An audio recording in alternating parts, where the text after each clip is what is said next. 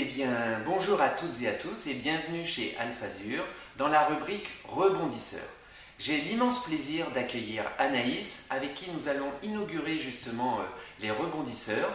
C'est une orientation qui est au départ évoquée pour justement, à travers des expériences fortes de chaque personne, à travers justement la possibilité pour ces personnes-là d'avoir traversé l'enfer et au-delà de l'enfer, d'avoir utilisé des ressources personnelles, des ressources intérieures pour faire en sorte que cette démarche au départ extrêmement douloureuse devienne justement un tremplin de vie. Eh bien, c'est cette orientation-là que nous souhaitons partager à travers justement des témoignages et surtout de grandes réalisations et de grandes réussites. J'ai l'immense plaisir, je disais donc, d'accueillir Anaïs qui va justement, à travers sa propre expérience et sa propre ténacité à créer une dynamique d'épanouissement, nous raconter un petit peu quelles ont été ses orientations justement pour ne jamais, jamais, jamais ni désespérer, ni lâcher et de pouvoir rebondir justement avec nous. Bienvenue Anaïs et bienvenue évidemment chez toi. Merci David. Pour que nous puissions ensemble, évidemment, accueillir ton expérience et faire en sorte que cette expérience-là de vie soit une source et de lumière et d'accompagnement pour tous ceux qui, évidemment, à son niveau et à un niveau, je dirais, d'orientation personnelle, à un moment ou à un autre, peuvent éventuellement imaginer de baisser les bras. Donc, n'abandonne jamais, c'est ici et maintenant. Je te laisse la parole, Anaïs. C'est gentil, donc tout le plaisir est pour moi déjà. Donc je m'appelle Anaïs. Jusqu'à aujourd'hui, j'ai eu un parcours assez particulier dans ma vie, donc j'ai 23 ans, je précise. J'ai vécu une enfance assez compliquée, donc j'ai beaucoup manqué d'amour de la part de mes parents ainsi que de mes frères. Je m'en suis aperçue cette année, on va dire, où j'en ai vraiment pris conscience cette année. Pourquoi ? Alors en fait, j'ai rencontré quelqu'un qui m'a fait vivre une belle histoire d'amour. Ça se passait très bien, donc ça a duré malheureusement 1 an et demi. Et durant cette relation, je me suis aperçue que je commençais à avoir des comportements que je ne voulais jamais avoir à la base. Mais je n'arrivais pas à aller contre ces comportements, c'était plus fort que moi. Et à un moment donné, je me suis dit pourquoi j'agis comme ça alors que je n'ai pas envie d'agir comme ça. J'ai essayé de m'en occuper moi-même, de trouver les solutions toute seule, mais à un moment, non, je n'ai pas réussi parce que je ne me rendais pas compte de toute mon énergie ni de la puissance que je pouvais avoir. Donc j'ai été aidée. J'ai été très bien entourée, j'ai fait un énorme travail sur moi-même et ça m'a fait découvrir plein de choses. Pourquoi j'avais ces comportements, pourquoi j'en étais arrivée là aujourd'hui, pourquoi j'avais du mal à avoir des relations amoureuses avec quelqu'un durable, pourquoi j'avais du mal à m'attacher aux gens. Et à côté de ça, je me suis dit pourquoi en fait j'ai réussi à devenir cette femme que je suis aujourd'hui alors que j'ai traversé une période vraiment très difficile. J'ai manqué énormément d'accompagnement, donc je me suis dit pourquoi j'en suis arrivée là aujourd'hui en ayant un travail, en étant quelqu'un de bien, je pense, et en ayant toute cette intelligence. Donc j'ai compris ces choses grâce à l'aide que j'ai eue et au travail que j'ai fait sur moi-même. Certes, ça demande pas mal d'efforts, ça demande une bonne prise de conscience, mais une fois qu'on est conscient de tout ce qui nous cause des torts, et qu'on arrive à accepter, eh bien, on découvre en soi une pleine puissance. Et ça nous aide à avancer. En gros, je me suis servi de tous ces mots comme tremplin. Et aujourd'hui, je regrette pas tout ce qui m'est arrivé de mal parce que j'en sors beaucoup plus heureuse, beaucoup plus construite, beaucoup plus forte. Et franchement, je regrette rien du tout de ce qui m'est arrivé de mal et c'est vraiment bénéfique pour moi aujourd'hui et j'ai envie de partager ça avec vous parce que je pense qu'il y a beaucoup de personnes dans notre population qui sont mal dans leur peau, qui en ont peut-être pas conscience et c'est pour vous dire que quoi qu'il arrive, on peut toujours s'en sortir, que ce soit plus ou moins grave, on peut toujours s'en sortir, il y a des aides partout, il y a plein de choses en fait, il faut juste en prendre conscience, il faut accepter les mains tendues aussi, c'est très important. Il faut savoir écouter et quoi qu'il arrive, on peut toujours rebondir. Ça, franchement, vous en avez ma parole. Parce que Moi, j'y croyais pas forcément, mais finalement, je suis contente d'avoir fait tout ce travail, d'y avoir cru, parce qu'aujourd'hui, je ne regrette absolument rien. Merci beaucoup Anaïs pour justement ce témoignage issu, je dirais, de ta spontanéité, évidemment venant du cœur. Mais il est clair qu'au fond de toi, au-delà justement de ce vécu douloureux qui t'a permis de rebondir, parce que en effet, tu as voulu d'abord, dans ta détermination personnelle, trouver cette dynamique-là, et puis surtout, te dire, je l'ai en moi, je l'utilise, je ne l'ai pas en moi, je vais l'acquérir. Et tu as cette ouverture naturelle pour pouvoir avoir justement déterminé le fait de te faire accompagner dans ce cheminement personnel. Oui, mais peut-être aussi qu'à travers ça, tu as découvert que cette puissance-là, elle existait déjà en toi, mais qu'elle était à ce moment-là inaccessible parce qu'on a tous des freins, on a tous des peurs, on a tous des croyances limitantes qui vont aboutir en fait à nous réduire. Et la pleine puissance qui est la nôtre, elle se révèle en règle générale quand on vit des moments extrêmement douloureux, extrêmement difficiles et qu'on les surmonte. Et d'ailleurs, je pense qu'à travers justement ton vécu, est-ce que tu voudrais juste nous donner une petite orientation concernant ce que tu as pu construire dans ton mental de championne, à travers peut-être des ressources autour du sport, autour des orientations qui sont les tiennes et qui aujourd'hui figurent un petit peu au quotidien l'expression de ta passion. Alors, ma construction, oui, on va dire que le sport m'a énormément aidée parce que je suis passionnée de football depuis ma naissance, on va dire ça. Je pense que je suis née avec un ballon dans les pieds. Et c'est vrai que je m'étais aperçue qu'à chaque fois que je suis en train de jouer au foot, je ne pense strictement à rien et je suis moi-même. Je suis totalement naturelle, j'oublie toutes les mauvaises choses. Et je me rends compte que j'ai une énorme puissance quand je suis au foot parce que je suis investie, je suis à fond dedans. Et il n'y a rien qui pourrait m'arrêter au moment où je suis avec un ballon dans les pieds sur un terrain de foot, qu'il pleuve, qu'il vente, qu'il neige, qu'il y ait du monde autour ou personne, que je sois toute seule ou accompagnée. Je me rends compte, comme c'est ma passion, comme c'est quelque chose que j'aime faire, et je suis moi-même et là j'arrive à exploiter toutes mes vraies ressources et toute ma puissance. Le foot, c'est un très très bel exemple.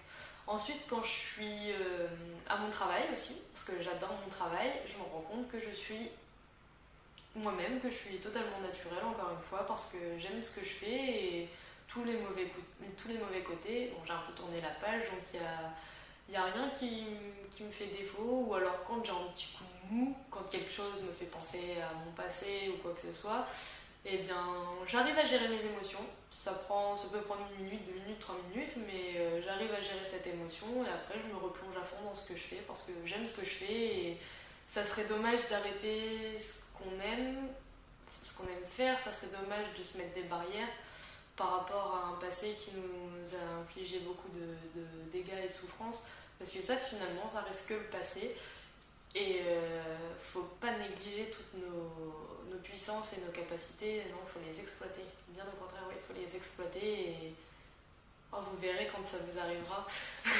Ça va vous donner un coup de peps et ça va vous donner envie de rebondir, de voir des nouvelles choses et de viser vraiment très très loin, et vous vous rendrez compte que c'est possible. Quand on vise loin, on peut totalement y arriver. Il faut juste prendre conscience de ses ressources. Je ne sais pas quoi dire de plus. Merci beaucoup pour tout ça. Mais en fait, tu témoignes de façon extrêmement spontanée, naturelle et puis surtout liée à un vécu, du fait qu'en effet, on a des outils en soi, on a des ressources en soi. Mais la plupart du temps, l'accès à ces outils, à ces ressources est impossible parce qu'on se croit nous-mêmes incapables. Et donc, c'est cette première étape qu'il est nécessaire de complètement faire exploser pour pouvoir justement aller au contact du naturel et de la réalité qui est en nous. Et c'est cette orientation de cheminement qui permet d'y accéder. C'est la raison pour laquelle, en effet, tu as pu, toi, trouver cette force qui te permettent aujourd'hui d'être dans ton épanouissement parce que tu as dépassé ces réflexes qui sont issus, la plupart du temps, uniquement liés à nos peurs, en tout cas, la peur de mal faire, la peur de ne pas être capable, la peur d'être en situation d'être mal jugé, d'être rejeté, et donc des freins parce qu'on est à ce moment-là, au contact non pas de notre puissance, mais de l'idée que l'on se fait, que les autres vont avoir de soi-même. C'est-à-dire qu'on va rester complètement coincé dans la peur de décevoir et qu'à partir de ce moment-là, on n'est plus du tout en phase avec qui nous sommes. Donc toute cette démarche-là, et merci encore Anaïs pour ce témoignage-là, toute cette démarche-là, c'est de pouvoir comprendre une seule chose. Vous êtes votre propre trésor. La puissance qui est en vous, elle existe. Toute la science de l'épanouissement, c'est de trouver le chemin qui vous convienne pour pouvoir faire en sorte que ce trésor-là, cette puissance-là, cette lumière vous éclaire dans votre quotidien, au contact de la réalité que vous êtes là, ici et maintenant, en train de vivre. Et je voulais aussi ajouter qu'il y a un certain nombre d'événements dans la vie qu'on ne contrôle bien évidemment pas, virgule, heureusement, et qui vont là aussi nous révéler à nous-mêmes. C'est-à-dire que en règle générale, on va vivre les choses sans y penser véritablement parce qu'on est là dans un combat, on est là dans une nécessité de vie, voire de survie, et on va trouver à ce moment-là des ressources qui nous permettent de rester en mouvement et de rester dans cette continuité de vie. Et à ce sujet-là, Anaïs, je pense que tu vas pouvoir, si tu le souhaites, nous donner ton expérience à travers ce que toi tu as pu justement traverser et qui là aussi, au-delà de l'enfer, t'a fait grandir. Alors oui, je veux bien le partager parce que je pense que ça peut aider beaucoup de monde et vous faire ouvrir les yeux aussi. J'ai eu un autre déclic à un moment qui m'a fait comprendre que quelque chose n'allait pas dans ma tête. J'ai mis du temps à le comprendre, mais là, bien évidemment, on m'a encore aidé une fois. Donc, il m'est arrivé j'ai eu des graves problèmes de santé qui ne sont pas du tout de mon âge, qui arrivent en général aux personnes de 80 à 90 ans, enfin bref, passons. Donc, pour la faire simple, j'ai fait une phlébite et une embolie pulmonaire, mais une phlébite massive qui a pris toute ma jambe. Donc, arrivé aux urgences, on m'a prévenu qu'il y avait 90% de chances qu'on m'ampute ma jambe parce qu'il n'y avait pas un seul caillot de sang qui bloquait la fémorale, mais il y en avait des centaines. Donc, j'avais des caillots partout dans la jambe, une jambe froide, totalement morte, sans pouls, il n'y avait plus rien.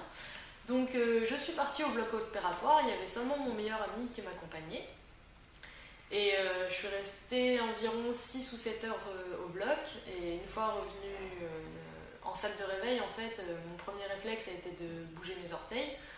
J'ai réussi à bouger mes orteils, mais il n'y avait que mes orteils qui bougeaient. Donc je me suis posé énormément de questions. Je me suis dit, bon, déjà, c'est bien, ils ne m'ont pas coupé la jambe. Et au fil des jours, le chirurgien venait me voir dans ma chambre et me demandait comment ça allait. Je lui disais que la douleur, ça c'est normal, mais je comprenais pas pourquoi je n'arrivais pas à bouger ma jambe, ni à me lever, ni à rien faire, et il ne trouvait pas d'explication. Donc au bout de 10 jours, là je lui ai réellement posé la question, je lui ai dit est-ce que je pourrais remarcher, est-ce que je pourrais rejouer au foot. Il m'a clairement dit je ne sais pas. Il ne comprenait pas pourquoi ma jambe ne réagissait pas. Donc j'ai fait plusieurs examens, des électromyogrammes, pour comprendre de où venait ce problème. Et puis à un moment, il y a un médecin qui est venu dans ma chambre et qui m'a secoué, qui m'a dit bon écoute ma cocotte, t'as que 20 ans, donc tu vas te secouer, tu vas te lever, on va marcher, même si ta jambe elle veut pas marcher, on va quand même la bouger, on va faire en sorte que ça fonctionne parce que c'est pas normal qu'à ton âge on perde une jambe aussi bêtement sans comprendre pourquoi. Donc il m'a levé, bon j'ai souffert, hein, clairement j'ai vraiment souffert. Mais il m'a donné vraiment envie d'y arriver, envie de passer au-dessus. Il a trouvé les mots en fait pour me motiver. Donc les jours ont passé, j'ai marché avec un déambulateur, ma jambe commençait à réagir de plus en plus. Donc je me suis dit bon allez maintenant je lâche plus et je vais vraiment tout faire pour récupérer ma faculté quoi, de marcher. Donc ensuite je suis sortie de l'hôpital, j'ai fait beaucoup de rééducation. Et par contre, j'ai plus le droit de jouer au foot pendant plus d'1 an parce que j'avais un traitement anticoagulant, donc c'était pas du tout compatible, ça pouvait être très dangereux. Mais je me suis pas laissée abattre. Bon, j'ai profité de la vie parce que je me suis dit que c'était peut-être une chance, j'avais une bonne étoile au-dessus de la tête malgré tout. Et le fait de me dire ça m'a donné envie de me battre et clairement, ouais, ça m'a donné envie de me battre et je voulais pas lâcher. Donc je me suis soignée bien comme il fallait, j'ai fait tous les examens qu'il fallait, j'ai pris mon traitement sérieusement, j'ai fait vraiment tout ce qu'il fallait, mais au plus grand des sérieux. Et ensuite, Du coup, mes traitements se sont arrêtés. On n'a pas compris pourquoi j'avais eu cet épisode embolique et de phlébite. On n'a jamais compris pourquoi. Grande question. Et donc j'ai repris ma vie normale, j'ai refait du sport, le foot, je me suis replongée dedans, j'ai réussi à récupérer un petit peu mon niveau, donc ça m'a reboosté, ça m'a motivé. Et puis après on m'a expliqué que la tête était beaucoup liée avec le corps, donc comme ça n'allait pas dans ma tête, forcément au bout d'un moment j'encaissais trop, et c'est mon corps c'était un genre d'alerte, c'était bon ma cocotte, maintenant tu vas te calmer, tu vas te soigner dans ta tête. Là, tu vas te reposer, tu vas te soigner. Et comme j'ai compris ce qui n'allait pas bien dans ma tête, aujourd'hui, mon corps, il est plus heureux que jamais, quoi. Exactement. C'est exactement l'expression d'une somatisation. La somatisation, définition, lorsque l'esprit n'arrive pas à dire les choses avec ses mots à lui, MOTS, le corps va dire exactement les mêmes choses avec ses mots à lui, MAUX. Et en fait, à travers une situation extrêmement péjorative, parce que là, il y avait ton pronostic vital quasiment qui était en jeu, eh bien, tu as réussi, à force évidemment de soins appropriés et de volonté personnelle, à trouver les ressources en toi pour justement rebondir et faire en sorte que tu sois allégé de tout ce qui pouvait, je dirais, te freiner, t'appesantir sur une problématique et évidemment une rumination qui t'empêchait de voir dans ton quotidien la capacité naturelle à être épanoui, à être dans sa pleine puissance.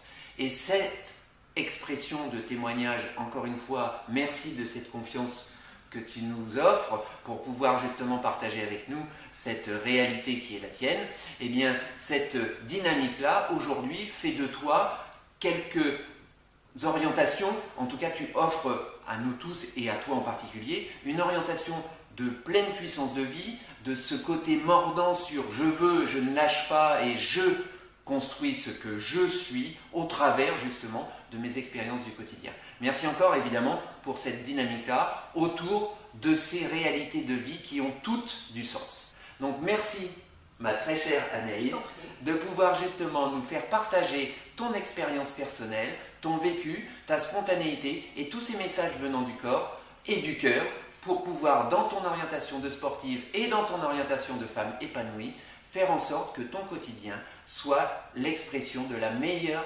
façon d'être toi-même. Merci encore. Merci à vous. Donc, à très bientôt pour la suite. Merci, bienvenue, nous vous embrassons. Salut.